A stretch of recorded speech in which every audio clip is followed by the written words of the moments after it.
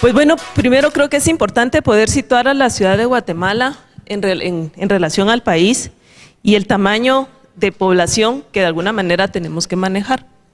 Dentro de los departamentos que tiene el país, pues la ciudad de Guatemala es el que concentra la mayor cantidad de población, quizá por razones obvias, por ser la ciudad capital. Adelante. Y a nivel, pues ya del departamento de Guatemala, el municipio de Guatemala, por supuesto que es el que concentra también la mayor concentración de población. Y vemos más o menos en relación al tamaño de las chibolitas, pues vemos más que, pues por supuesto, el siguiente en concentración de población, pues es Villanueva y es Mixco. Quizá los números sean poco más, poco menos, estamos trabajando en unas proyecciones que por eso es muy importantísimo los resultados de nuestro censo, pero estamos entonces tratando de poder enmarcar cuál es el contexto general de nuestra ciudad. Adelante. Acá lo que de alguna forma queremos evidenciar es cómo ha sido ese crecimiento y esa ocupación del territorio de la ciudad de Guatemala, y más o menos vamos a ir estando viendo por cada 10 años, en cada década, cómo se ha extendido pues, el crecimiento demográfico y por ende pues, esa mancha urbana. Cuando ya llegamos a esas proyecciones, que no por nada las pusimos en rojo y pues logramos entender de que de alguna manera las gestiones que la ciudad tiene que hacer no son particulares, sino son locales, es donde empezamos a dimensionar de alguna forma cuáles son los desafíos que la ciudad de Guatemala se tiene que enfrentar. Para eso, pues por supuesto que tenemos que entender de que no podemos entender a la ciudad, que no podemos entender su problemática sin entender lo que está pasando en los municipios colindantes, ¿verdad? Lo que pasa en el área metropolitana. Y de alguna forma desde hace algún tiempo, unos 10 años, quizá unos 8 años, nosotros de alguna forma tal vez muy incipiente empezamos a hacer algunos diagnósticos y algunos análisis en relación al área metropolitana. Con esto no quiere decir de que ya lo llegamos a resolver, por supuesto que no, pero de alguna forma empezamos a entender de que teníamos que tener muy claro cuál es la presión que la ciudad le da hacia los municipios colindantes, pero también estos municipios colindantes, cuál es esa presión que ejercen también en la ciudad. Hemos estado trabajando durante ese periodo de tiempo con una oficina franco-española, en donde hemos estado tratando de aterrizar y de poder hacer algunos planteamientos, apostándole a la inteligencia colectiva y tratar de sumar a entidades que podamos lograr armonizar de alguna forma, también con mucho del trabajo que hace la Gran Mancomunidad del Sur. Adelante. Es importante también comprender de que muchas de las zonas de la ciudad capital son comparables en extensión territorial o en tamaño o en cantidad de población a algunos municipios. Y esto conlleva muchos retos, porque muchas veces los mismos municipios tienen asignaciones presupuestarias específicamente para ellos y en relación al tamaño de la proporcionalidad es un poco compleja de manejarlo, porque hay zonas dentro de la ciudad capital que son exactamente iguales o mayores en extensión al área metropolitana. Nosotros lo hemos hecho para una forma también de entender y de mencionar económicamente cuáles son los retos que tiene la ciudad. Adelante. Todo este crecimiento y toda esa extensión de la mancha urbana, del crecimiento poblacional, pues por supuesto que genera muchas externalidades. Por mucho que las mencione, creo que las fotografías lo hacen ver, y eso nos pasa a cualquier ciudad. Le pasa a la ciudad capital, le pasa a Villanueva, le va a pasar a las ciudades intermedias, si de un inicio no empezamos a entender cuál van a ser justamente esos efectos secundarios que todo esto nos va a llevar. Trae muy buenos efectos secundarios, el proceso de densificación y el proceso de crecimiento, eso es innegable. Pero si no ponemos atención a los efectos que van a poder causarnos algún otro tipo de problemas, van a ser tan grandes que no los vamos a poder abordar. Adelante. Entonces, desde hace tiempo la ciudad de Guatemala se planteó este eslogan, que no es solo un eslogan en sí mismo, que yo estoy seguro que muchos lo han escuchado, que es planificar la ciudad del futuro y construir la ciudad para vivir. Lo que esto, más allá del eslogan, lo que quiere decir es de que sí tenemos que proyectarnos hacia el futuro, pero lo tenemos que hacer ahora. Tenemos que tomar esas decisiones hoy que nos van a orientar a ese futuro y a ese crecimiento de ciudad que pues justamente nos tenemos que enfrentar. Adelante. Para eso pues teníamos que saber cómo construimos esa ruta de navegación, y lo que hicimos fue identificar qué queremos. Quizá de una forma muy romántica escribimos esta visión de ciudad en donde lo que nos permitió fue orientar muchas de las acciones hacia lo que queríamos que fuera la ciudad de Guatemala. Si gustan la leo, es ciudad diversa, ideal para vivir, dignifica a la persona, a la familia, a la sociedad. Toma en consideración, por supuesto, el tema de vivienda. Necesitamos generar fuentes de trabajo y esparcimiento armonizado. Tiene corredores de movilidad humanizados, medioambientalmente tiene que ser saludable, valora su patrimonio cultural y natural, dota de espacios públicos generosos y de alta calidad, barrios con servicios y equipamientos sociales, ciudad con innovación y oportunidades de trabajo, impulsa la equidad social y la convivencia, atiende los retos de hoy, pero también está comprometida con el futuro de sus ciudadanos. De alguna manera recoge muchos de los aspectos que en la presentación anterior veíamos y mucho también de lo que hablaba Irene. El ordenamiento territorial no es solo la cuestión meramente física de acomodamiento de los aspectos tangibles que vemos en una ciudad, sino también es justamente todos estos aspectos sociales, económicos, ambientales, que tenemos que tomar en consideración en el ordenamiento territorial. Entonces, ¿cuál es esa mirada que teníamos a futuro y cuáles son esas herramientas que la ciudad planteó para justamente visualizar ese futuro? La ciudad de Guatemala ha sido una ciudad por tradición de alguna forma planificada. Estamos hablando, todos conocemos aquí el EDOM, desde el EDOM ya se hablaba del área metropolitana. Hay algunas reflexiones y algunas propuestas que ya se hacían en el EDOM, y hay una serie de planteamientos y de propuestas que de alguna forma han orientado el crecimiento de la ciudad.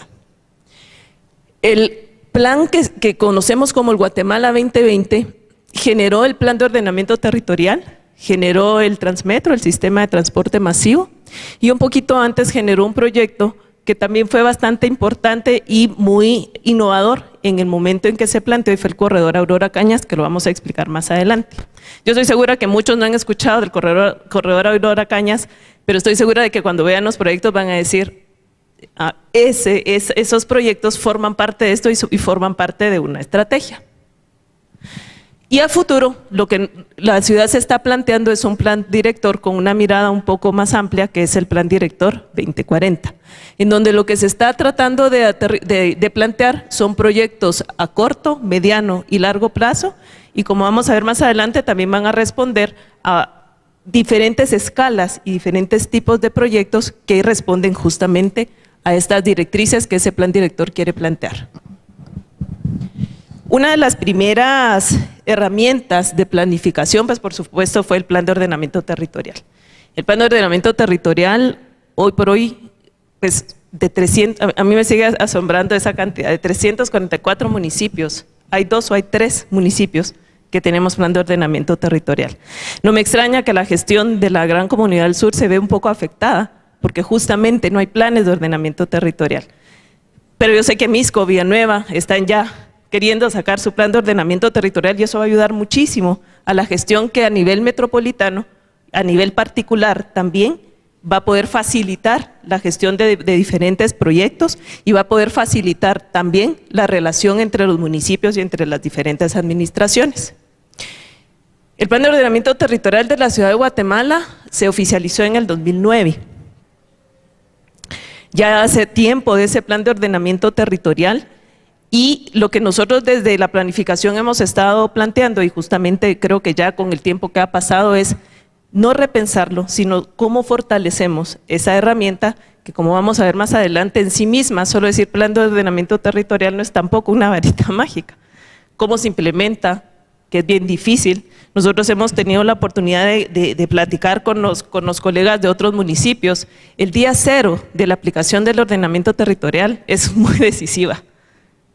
¿Cómo empezamos a decirle a los desarrolladores que de alguna forma las administraciones los hemos educado en que llevan un expediente, un proyecto y se les tiene que autorizar, y al día siguiente les tenemos que decir, momentito, fíjese que ahora no, su proyecto no va, su proyecto no cumple?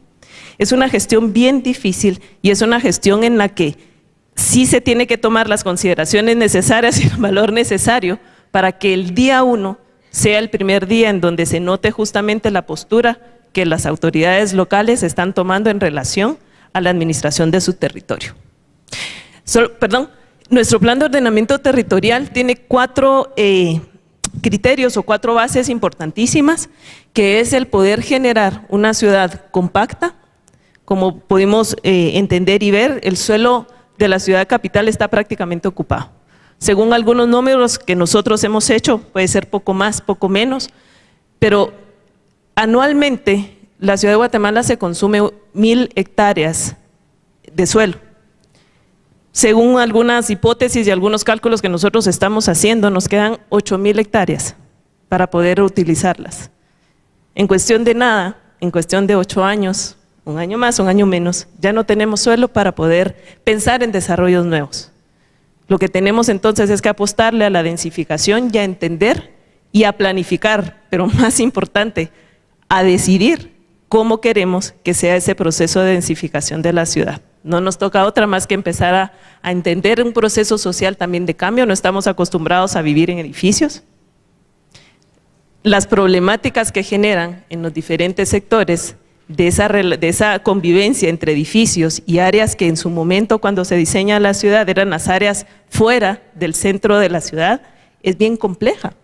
Muchas personas todavía quieren vivir en sus casas con piscinas, con jardines, que está bien, pero está llegando a tal momento la exigencia de uso de suelo que la presión que está ejerciendo y los conflictos o los efectos secundarios que está generando son también bastante tensos. Y las municipalidades se quedan muchas veces en el entremedio, porque la municipalidad le tiene que responder tanto y queremos que haya desarrollo, pero también tenemos y debemos escuchar al vecino. Esa gestión, de alguna forma, tenemos que entenderla muy bien para que, si teniendo claros los objetivos en cuanto a que cómo queremos que ese desarrollo se dé, se puede hacer. ¿Me dejas? Gracias, adelante. Entonces, el plan de ordenamiento territorial lo que busca es frenar justamente esa expansión urbana, que de alguna forma ya la tuvimos en horizontal, pero que en lo vertical, de alguna manera, esté de una forma mejor orientada. ¿De qué manera? Incentivando la densificación de la ciudad en áreas cercanas a las vías principales. Esa fue la base fundamental del establecimiento del POT. Por supuesto que fomentar los usos mixtos para, pues, en una ciudad compacta, en economías de escala, es mucho más eficiente por la proximidad de servicios, por la proximidad de atracción, también de nuevas economías, para poder hacer más eficiente, pues por supuesto, la ciudad. Y la otra importante, que todos lo sufrimos hoy, el tráfico. La idea es evitar desplazamientos de vehículos motorizados en distancias muy grandes y poder generar, pues de alguna manera, otros sistemas de movilidad para poder satisfacer necesidades. No nos podemos olvidar de que tampoco densificación se trata de agarrar de cualquier espacio, disponible o no, o espacio de transformación y empezar a densificar irracionalmente. Tenemos que entender de que la ciudad va a seguir demandándonos espacios públicos, parques, equipamientos, y eso hay que preverlo en este momento en donde seguramente no se va a contar con el suelo disponible para poder dotar estos equipamientos. Además de que, por supuesto, busca poder generar una mejor relación social y fortalecer el tejido social. Y este tema es importante, aunque muchas veces dicen de que el tema de la vivienda no está delegado específicamente a las municipalidades. Como bien mencionaban, hay temas que de todos modos no podemos obviar y no podemos dejar de trabajar o no podemos dejar de gestionar o no podemos dejar de incluir en nuestros planes. Y uno de ellos, pues por supuesto, es la vivienda. Pero la vivienda enfocada desde una forma que tiene que ser accesible para todos, porque si no lo que vamos a seguir generando es de que en donde sea más accesible poder suplir esa necesidad, va a seguir siendo fuera de los núcleos centrales, de los núcleos urbanos, y vamos a seguir generando áreas en donde no van a tener las condiciones necesarias para poder satisfacer necesidades y no vamos a resolver el tema teniendo ahorita la oportunidad de poder hacerlo con el proceso de densificación. Adelante. Conectar los barrios y seguir manteniendo esa vitalidad social es importante, porque lo que no queremos generar tampoco son guetos verticales, sino lo que queremos generar, justamente entendiendo la densificación, también es esa relación social entre los vecinos. Y por supuesto no podemos hablar de que la ciudad va a ser sostenible con todas las migraciones que estamos viendo en números que vamos a tener, si no valoramos y si no potencializamos ese valor ambiental que tienen nuestros recursos naturales. La ciudad de Guatemala tiene una particularidad muy grande en cuanto a entender de que el 40% de su territorio son barrancos. Es una cantidad muy grande, que no la podemos ver simplemente como el área que no podemos utilizar, sino la tenemos que ver como el área que cómo podemos exponenciar el uso que podamos darle. Y por supuesto mucho tiene que ver con cómo esa sostenibilidad ambiental nos va a poder favorecer el crecimiento que vamos a tener a través de hacerlas accesibles y a través de hacerlos, de procurar el mantenimiento y la potencialización de los barrancos. Hay una cuestión importante que hay que entender, y es de que los barrancos no reconocen límites, los mantos acuíferos no reconocen límites y no podemos únicamente gestionarlos, como bien mencionaban. Las aguas tienen que correr a donde es su flujo natural. Y lo más probable es de que el municipio que las contamine aguas abajo, el municipio de Tarapacá va a padecer esos problemas. Si no entendemos de que la conurbación, los recursos naturales, las vías no reconocen límites y que tenemos que gestionarlo entre todos, lo que vamos a lograr, pues por supuesto, es un desarrollo no sostenible. El plan de ordenamiento territorial, como mencionaba, es una serie de normas que lo que hacen es apoyar las directrices generales que en sí mismo él plantea. Y las normas que lo fortalecen son la dotación de estacionamientos, el reglamento de incentivos, un reglamento de protección al cinturón ecológico, el impacto vial, y tiene dos normas complementarias que son los planes locales de ordenamiento territorial, en donde lo que hizo fue ver a una escala también local cómo podía llegar los criterios de aplicación del plan de ordenamiento, y planes parciales, y los planes parciales de ordenamiento territorial, que se conocen como los proyectos en áreas mayores a 3 hectáreas. Adelante. Entonces, el plan de ordenamiento territorial, tiene 3 componentes importantes. Uno, que asignó zonas generales. Como lo vamos a ver más adelante, vamos a ver cuáles fueron esos criterios de la asignación de zonas generales. Generó un mapa del plan de ordenamiento territorial que, como bien hablaba el ingeniero que habló de los temas catastrales, que es dinámico. Y es dinámico porque cuando hay desmembraciones, cuando se adhieren propiedades, de alguna forma también incide en la asignación de las zonas generales. Entonces, este mapa es dinámico, cambia con el tiempo, pero lo que de alguna forma pues está fijo son los criterios bajo los cuales se rigió. Y también lo que generó al final fueron parámetros normativos para cada una de las zonas generales, en donde se establece su uso. No es un uso que cualquiera pueda de alguna manera determinar, si está establecido el uso para cada una de las zonas generales. Y también pues toda la serie de normativas para cada una de las zonas. Adelante. La base en la que se basa, valga la redundancia, el plan de ordenamiento territorial fue el transecto. Lo que hizo fue decir de que en la parte central, en el núcleo de la ciudad, se podía construir más densamente, y en las partes pues más lejanas del centro se disminuye la intensidad edificatoria. Y al contrario, en donde más se disminuye el área edificatoria, pues por supuesto lo que buscaba era un aprovechamiento de los recursos naturales, ¿verdad? Y se reduce un poquito en cuanto a la parte más densa. Y dentro de la parte más densa, en la zona general 5, que es la que tiene la mayor intensidad edificatoria, fue donde se diseñó el plan maestro del transporte masivo, porque justamente lo que busca es incentivar de que en donde haya más densidad, haya más oportunidad también de transporte y que se pueda resolver de esa manera. Entonces, lo primero que hizo el plan de ordenamiento territorial fue identificar los barrancos. Esa es la zona general 0, en donde no se permite ningún tipo de construcción. Luego la parte rural, de alguna forma, que es la zona general G1. Luego le sobrepuso la red vial existente y también la red vial futura. Y una cuestión bastante interesante es de que jerarquizó el sistema vial también para poder establecer justamente esas zonas generales. Luego pues se puso la zona G5 que obedece de alguna manera al sistema vial primario. El G4 también, que ya empieza a disminuir la intensidad edificatoria. Luego viene el G3 y por último pues es toda la parte del G2. Y así está, de alguna forma, así fue como se conformó el plan de ordenamiento territorial. Aquí lo podemos ver un poquito más claro, en donde, pues, qué es lo que permite cada una de las zonas generales. Adelante. Uy, eso está 2 veces.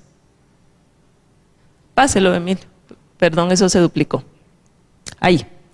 Entonces, el 40% que se asignó con G0 y G1, el 40% del territorio está protegido de alguna manera, tiene gestiones pendientes de resolver, por supuesto.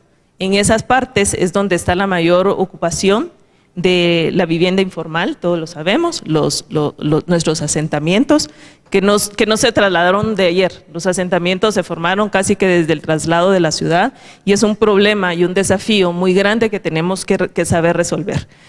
Hay algunas iniciativas en proceso que el municipio ha planteado, pero estamos claros también de que solo el municipio no va a poder resolver ese gran tema, aunque pues se le está apostando mucho a poder, en conjunto con la CONRED, con la determinación de las áreas vulnerables, se está buscando la mejor forma de poder gestionarlo. Al igual que, como lo mencionaban la gente de la Mancomunidad del Sur, no hay suelo público y suelo disponible para poder movilizar a todas esas personas de una forma inmediata, sino más bien se busca la forma de cómo poder solventar de una forma eficiente con los recursos que se tenga. Adelante.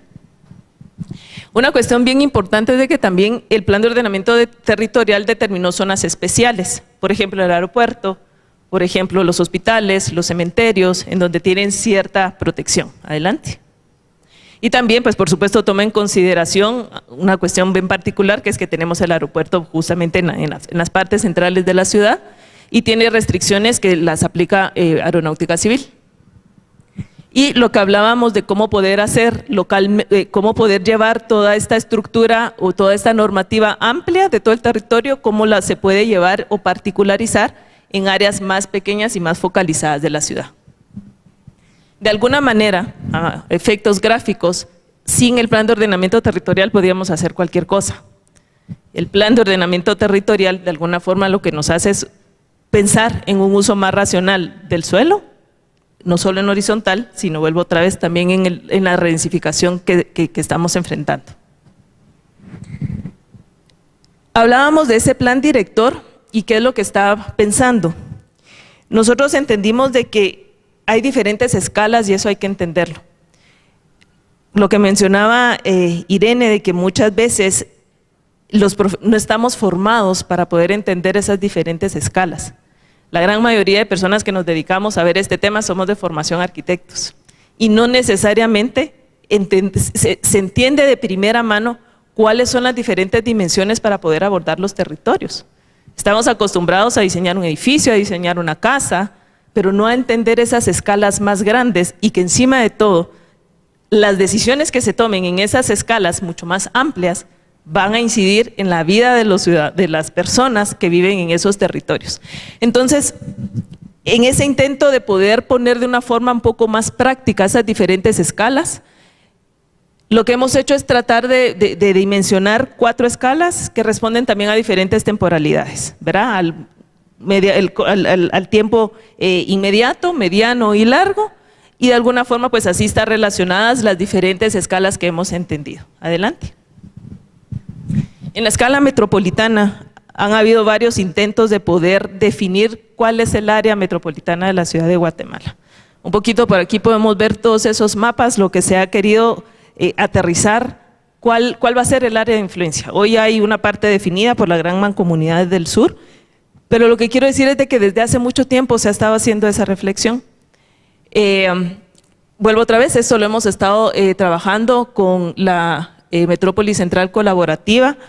Quizá todavía no hay nada del todo concluyente, pero sí se están haciendo muchos esfuerzos por cómo todo esto lo podemos poner en una plataforma que pueda estar pública para que pueda ser también material de discusión, porque esto es de mucha concertación. Adelante. Y de alguna forma muy general, lo que se está planteando, toda vez que ya está establecido el plan de ordenamiento territorial, esto es parte de, nos estamos yendo un poco por planes sectoriales específicos. Nosotros hemos hablado de que es importante que podamos clasificar el suelo de la ciudad, cuál es el suelo urbano y dentro de lo poco que quede, aunque quede, cuál va a ser ese suelo de expansión que la ciudad también se puede reservar para poder ser más eficiente en la administración de sus recursos.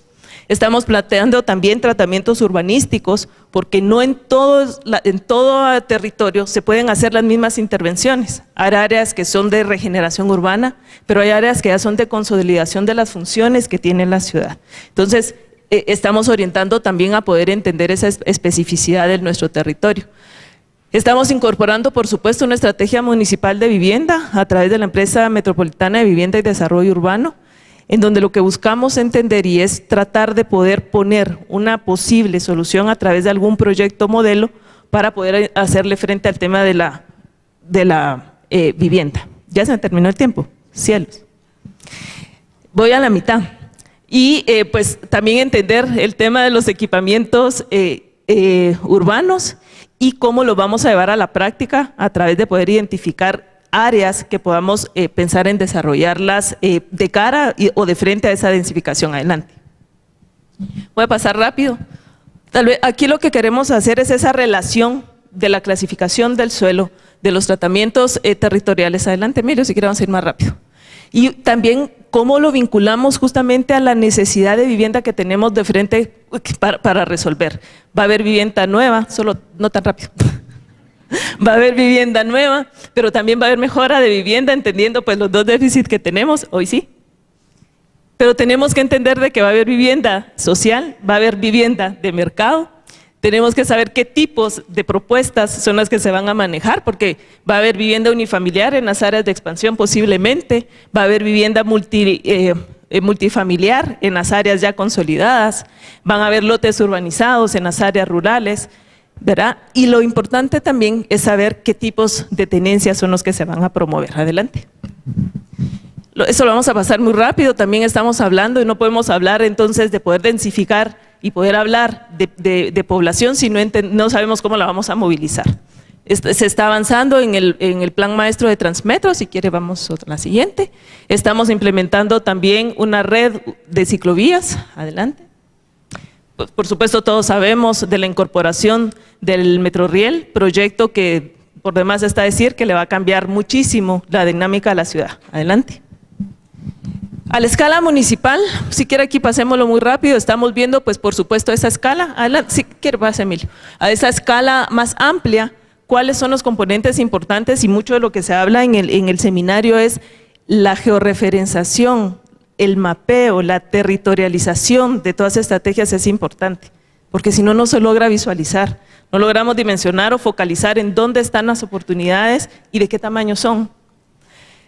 Luego en la escala intermedia nosotros definimos el territorio en 6 áreas, adelante, en donde por supuesto empezamos a entender las densidades particulares de la ciudad, adelante, y la propuesta concreta para que esto no sea libros bonitos que se quedan en una estantería, cómo podemos empezar a llevarlos a la práctica, adelante. Empezamos a entender cada una de esas interzonas, cuál es su función y su relación en el entorno metropolitano, porque todas colindan con más de algún otro municipio, y empezamos a entender también los proyectos, qué tipo de proyectos son. Esto es un ejercicio que nosotros hicimos para entender de si la ciudad se va a densificar, de qué manera queremos que se densifique, para de alguna manera poder tener, yo siempre digo que todos los planes, si no los aterrizamos en una normativa, no hay forma de operativizarlos, no hay forma de poder decirle entonces al desarrollador cómo de alguna manera, no qué tiene que desarrollar, cómo orientar el tipo de desarrollo para que el resultado final sea el construir ciudad y no pensar en un hacinamiento vertical si no tomamos en consideración todos estos aspectos que hemos estado viendo. Entonces, en algunos territorios hemos visto y hemos pensado, bueno, ¿cómo queremos o cómo pensamos, no cómo queremos, cómo pensamos, cómo visualizamos que eso pueda ser? Y si hoy el desarrollador lo que piensa, y seguramente así es, ¿verdad? No hay nada malo en eso, pero lo que usualmente pasa es de que se quiere optimizar al 100% el uso del territorio. Pero no necesariamente eso es lo que más le conviene a la ciudad. ¿Dónde pensamos en los espacios abiertos entonces? ¿Cómo hacemos que pasen? ¿Cómo hacemos que se dote de todo ese tipo de equipamientos? Entonces, estas reflexiones pues un poquito van por ahí para poder saber qué directrices son las que podemos nosotros plantear. Y también lo llevamos a lo local, a una escala zonal, en donde también la problemática es distinta. Las respuestas tienen que ser más inmediatas y de alguna forma se ha estado articulando con todo el gran trabajo en ese aspecto social de acercamiento al vecino que se trabaja a través de las alcaldías auxiliares. Y lo que hemos hecho entonces son algunos planes en cada una de las zonas que tienen también este diagnóstico para poder saber qué proyectos a su escala son los que podemos implementar. Adelante. Aquí hay otros varios proyectos, muchos son vinculados a espacio público, muchos son equipamientos, para que de alguna forma los proyectos privados que se desarrollen vayan con una mejor orientación de la incorporación o del contexto en el cual también se desarrollan esos proyectos. Ahora, ¿cómo hemos construido esta ciudad para vivir? ¿Qué hemos hecho en este tiempo? Pues hay mucha teoría, o hay muchos conceptos que los hemos tratado de poner en consideración a las decisiones que tomamos adelante. Y una de ellas fue pues el Corredor Central Aurora Cañas, en donde lo que buscó este proyecto fue poner en el imaginario del vecino, de los ciudadanos, de que la ciudad tiene mucho potencial. Adelante, y me voy rapidito. Se generó en la columna vertebral de la ciudad varios proyectos, se identificaron en las avenidas principales, es el Corredor Central, Sexta y Séptima Avenida de la ciudad, en donde se concentran la mayor dotación de servicios, de empleos. Fue allí donde se tomó de territorio base para poder hacerlo, y nos vamos a ir rápido que hoy sí ya se me terminó el tiempo. Tomando en consideración pues muchos aspectos, no solo el físico, adelante. Y vamos a ver tres que hoy sí tienen que ver con el físico. Se incorpora entonces los sistemas de movilidad, a través de un diseño de estaciones pues distintas que se integren urbanamente en los lugares donde se han dispuesto. Adelante. Esas son las diferentes estaciones que se han planteado y diseñado. Por supuesto, la incorporación de ciclovías. Adelante. El espacio público es el articulador de muchas de las acciones que se han tomado. El Cerro del Carmen, por ejemplo, fue uno en donde antes pues mucha gente ni siquiera conocía el Cerro del Carmen, hoy se vuelve en un hito, ya la gente ya es un destino incluso turístico el Cerro del Carmen, pero también el entorno barrial, alrededor del cerro, el Paseo Jocotenango, lugares emblemáticos de la ciudad en donde se evidencia la importancia o la decisión pública que se le da al espacio público, al peatón. Se ha puesto en valor el patrimonio de la ciudad, recuperando el centro histórico y su núcleo central. Fue una decisión bastante dura el peatonizar ese sector. No se hablaba de peatonalizar en ese tiempo, hoy por hoy sí, y de hecho se demanda. El Paseo de la Sexta, que como todos saben, pues fue un proyecto emblemático en donde de alguna manera se logró resolver muchos aspectos importantes, el tema de la economía informal, el tema de que cómo un proyecto acompaña justamente al otro. Si no hubiera existido el proyecto de la Sexta, si no existe el proyecto de la MATI, en donde de alguna forma pues más de 600 vendedores, buscando pues la dignificación del que se dedica a la economía informal, pero también a la recuperación de un espacio emblemático, pues se logró de una forma muy civilizada en relación a cómo se ha hecho en otras zonas. Adelante. Y aquí me voy rápido, que son varios proyectos, donde los más emblemáticos del Corredor Central, pero para nosotros esta fue la pauta de hablar de conceptos diferentes y de hablar de una ciudad más humana y de hablar de una ciudad en donde lo que busca es justamente poder optimizar recursos y servicios. pues muchas gracias, perdón por pasarme el tiempo.